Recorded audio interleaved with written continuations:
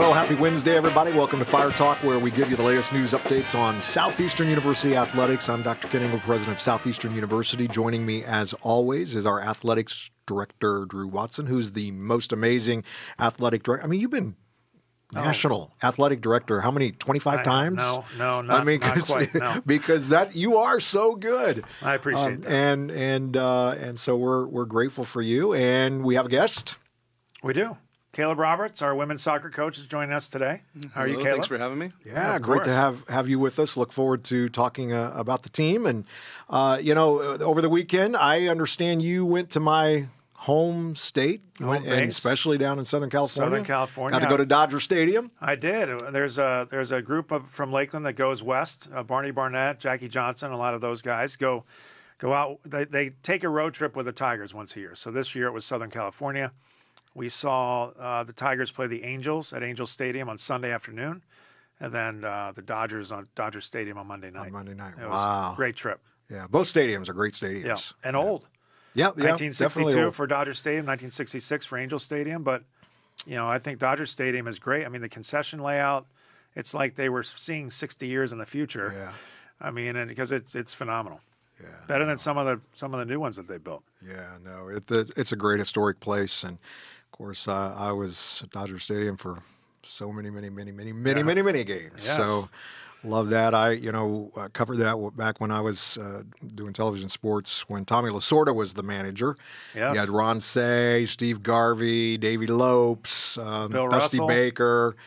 All of those. So it was Some classic Dodgers. Wonderful memories, that's for sure. Well, speaking of sports on TV, I mean, you couldn't miss the Colorado State Oh my game. gosh! Yeah, I mean, are you a college football guy? Big college football guy. Okay, so what are your opinions of Deion?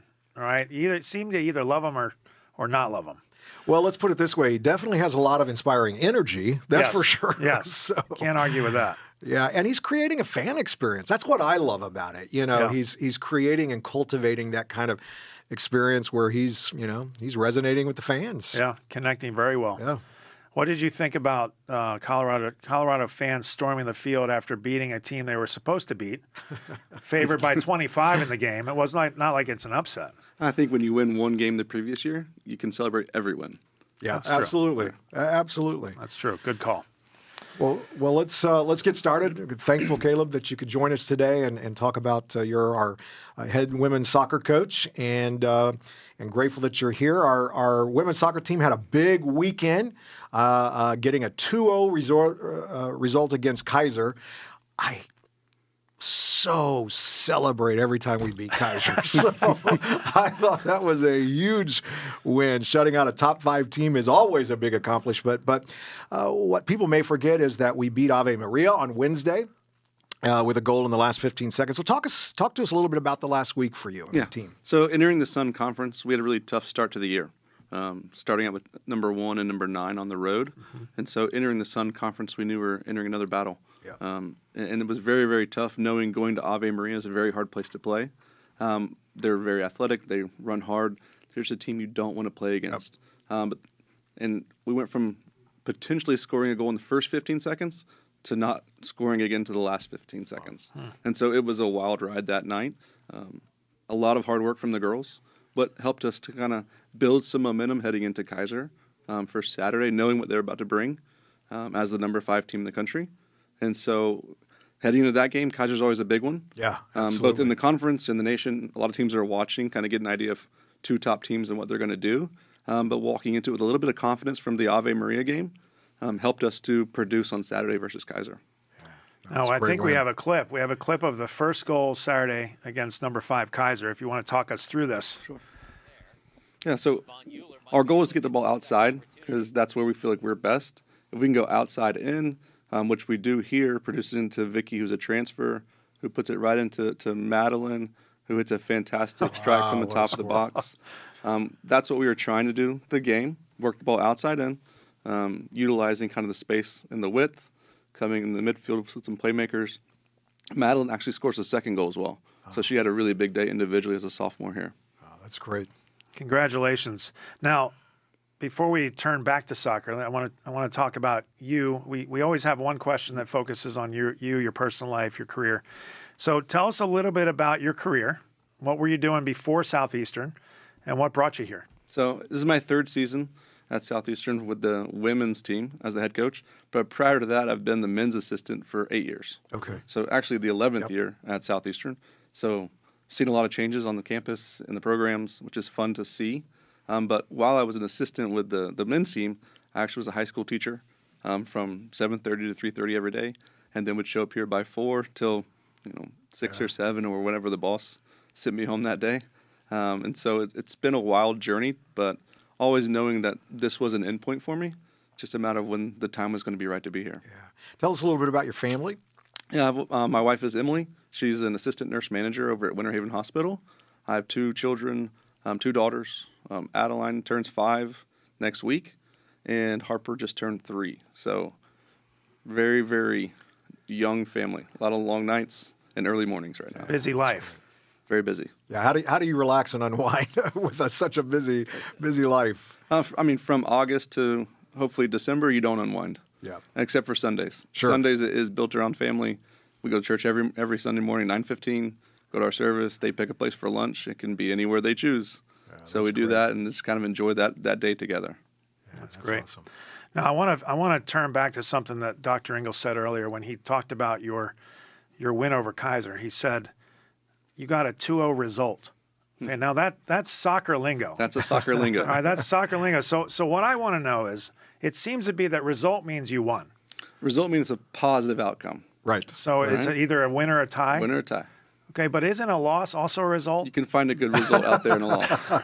On the road against a better opponent, you can find a good loss. Okay. But that's not what we're looking for. But it's not a result. Yep. Can be.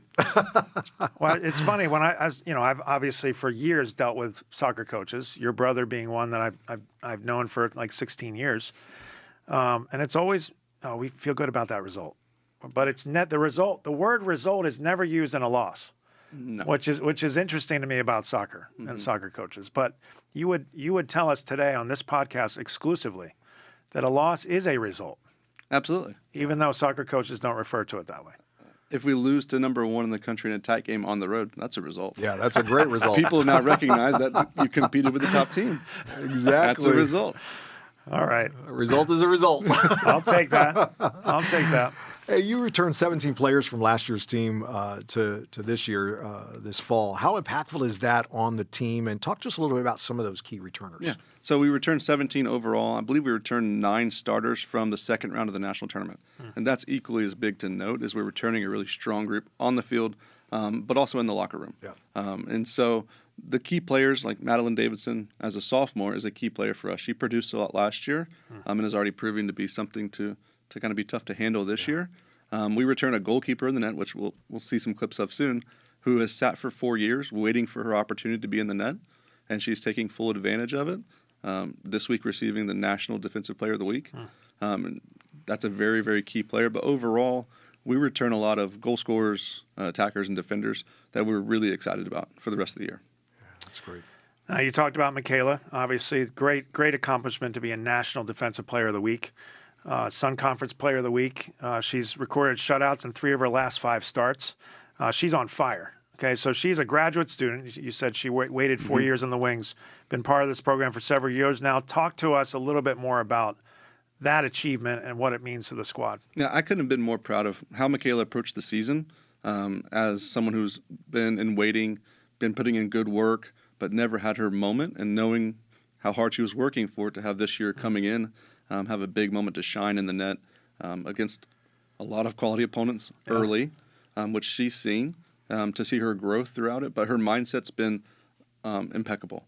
She's quick to send a Devo to the team in the mornings, reminding people who to place first in our day. Just little things like that are going a long ways throughout the culture of our program. And it's fun to see her as someone who's a graduate student can oftentimes be distant from kind of the undergrads on campus, kind of day-to-day life, but she finds herself super involved. And it's great to see. Well, let's look at some of these. We have 2 clips of Michaela in action from Saturday. Yeah, so right here we're going to see a free kick that comes across the box. And what Michaela is confident, Okay, and she takes a really good step out here. And we're all Eagles fans sometimes. Yep. Up in Go Philly. Rocky. But she takes a good step out here. And again, she makes herself really big in the goal here. We're working really hard defensively in our shape and movement.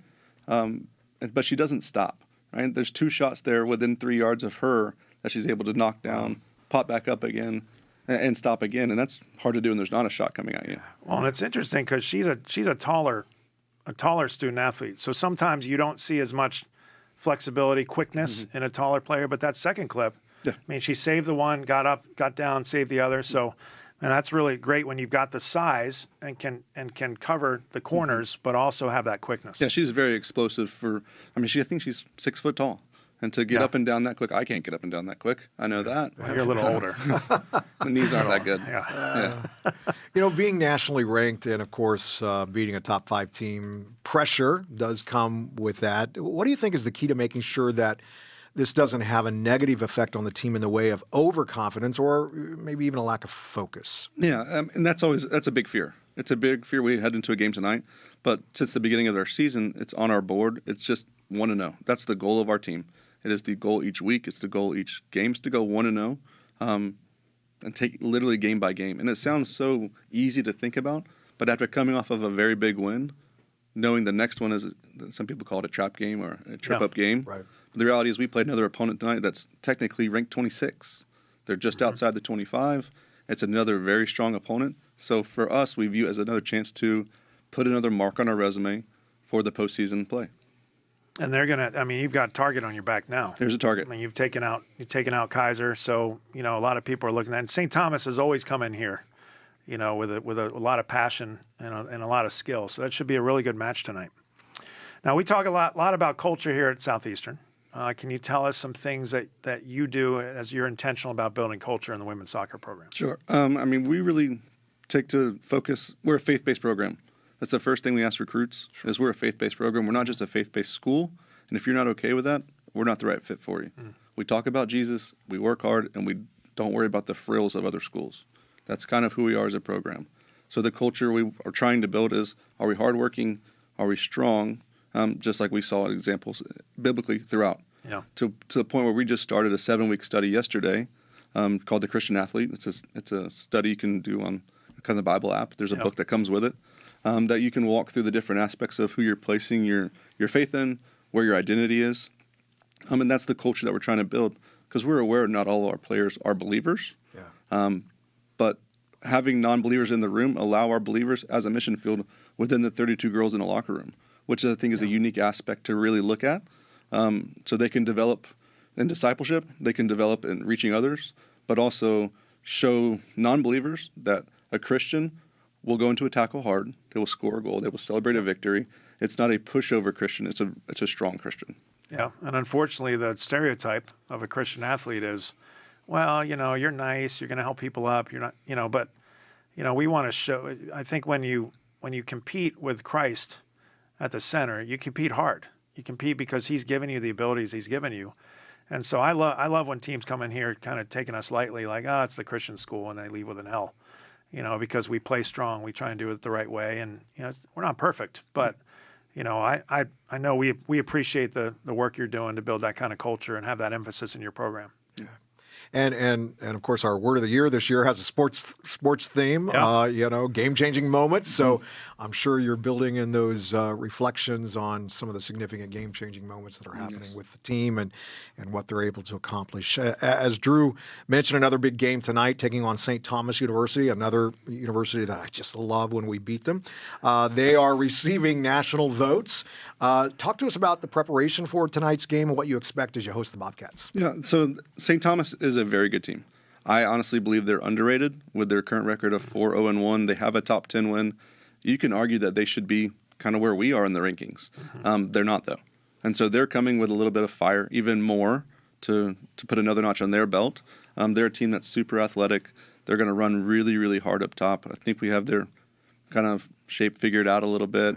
But in the preparation, we spend a lot of time in setting up positions on the field with cones and poles and different training aids that can say, okay, this is where we think they're going to be. This is how we get out of it. This is where we think they're going to be offensively. This is how we think we should defend it. We spend 25 minutes we're not moving a lot. It's a lot of me talking, with all of our players kind of slowly walking throughout the field to find that movement, just like you would in a film room for football.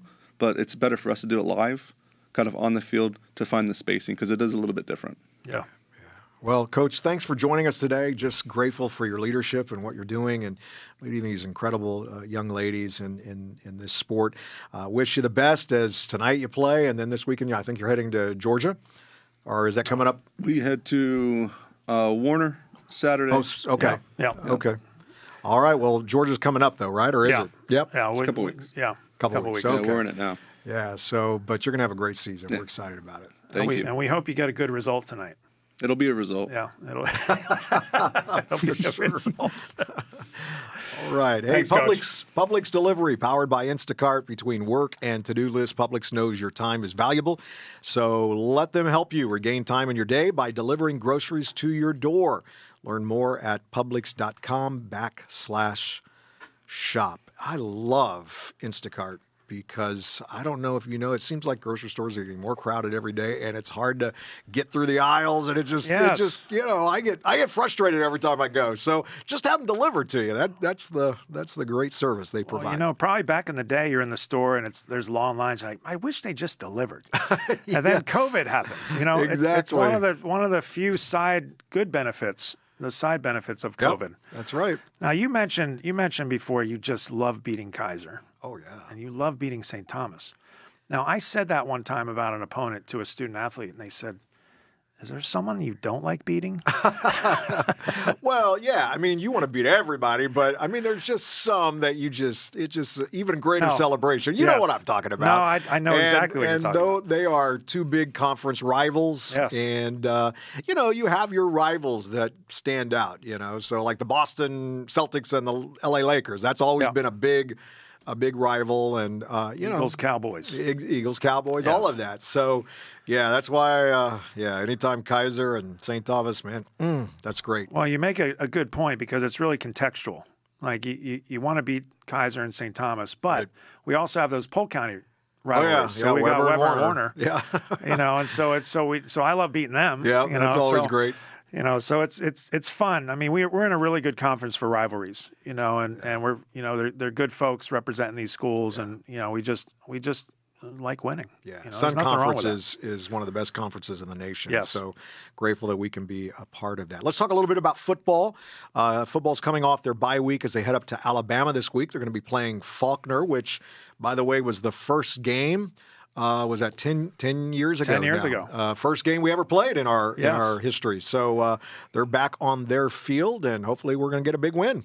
Yeah, the bye week is great. And Coach Wall is always talking about he loves the bye week early, and they got a bye week early this year. It was this past weekend. So I know the guys got home to relax a little bit. They had some injuries that they're trying to bounce back from. So mental and physical prep is good coming into this week. Now Faulkner's 0-2.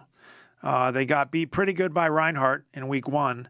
And the scout on that game was that it was a good game up until halftime, and Reinhardt scored another time after halftime, and Faulkner kind of gave up. And so, you hate to see that if that's true, but the score ended up being 36-3, which to me did not, as I heard it did not indicate the level of the game. So Faulkner's talented. They've got a lot of guys who can play football. And sometimes with, I think they're a young team. So sometimes with young teams, talent is great, but takes a few weeks to get it together. So it's going to be a good game for us. Another road test, second straight road test before we come home again, against Warner here at the end of the month. Yeah, that's great. Let's talk about men's soccer. We hosted Ave Maria in our first conference match last Wednesday, shutting them out 3-0. Got a great result there. Yes. We got off 28 shots, 20 of those being in the first half alone. That's a lot of shots for one contest. Yeah, I mean, the guys are still undefeated, and they're 3-0-1 at this point. They've had a really good run to start the season. Coach plays a hard schedule. And so it's been quite a while since we've gone this far in the season. We're almost, we're September 20th today, and we haven't lost. And so, that's and it's great to get a good result in your first conference match to have in dominating fashion. The team's still undefeated. Well, but I will say they're playing more together than they played in a while. Yeah. You know, and so it's good to see that chemistry on the field. Yeah, I mean, impressive start to conference play. And we played 2 games last week, right? We did. We traveled to West Palm. Okay, so the men's and women's schedules mirror each other. So the women were home against Keiser, the men are on the road. Okay. And so we played 68 minutes or 62 minutes. But the rains came. So we didn't get the one result. of those Florida storms where it just sat. It just sat, a lot of lightning, and so it is currently suspended. Okay. The game is 1-1. We had a PK to go up 2-1, but it was saved by the goalie on Keiser's side. So we're 1-1. We've got 28 minutes to play. That'll resume September 26th at noon, tied at 1. All right, so a suspended result right now. Yes, suspended result. Hey, let's talk cross country. The men's and women's cross country teams competed in the Keiser Invite this past Friday. John Perez Dunn, wow, continues to dominate as he finished in first place. That's his second win of the season. Yeah, you like seeing fifth-year seniors. Actually, he's a grad student. You like seeing those guys really round out their careers by dominating in their last year. We saw Julia Rome do it last year. I mean, she had a great career, but she really topped it off with the national championship last spring. So you like to see that. The men's team came in second. They finished second to Palm Beach Atlantic, who was in our first race up here in Lakeland. They came up. The women finished fourth. Grace Fetter led the way for the Fire, finishing 14th. So, I think the women are still trying to find themselves. They're a younger team. And so as we go here, I think they're going to get some good experience and puts them in a good space at the end of the season. Yeah. Let's talk about women's volleyball. Our volleyball team, wow, having an amazing start. They have an 8-2 record. Yep. Just won their first conference matchup last week over Coastal Georgia. Yeah, they're looking great. They dropped the first set at Coastal. Sometimes there were a couple hiccups on the road trip. So you get out, you're kind of out of rhythm, out of your routine, as it were.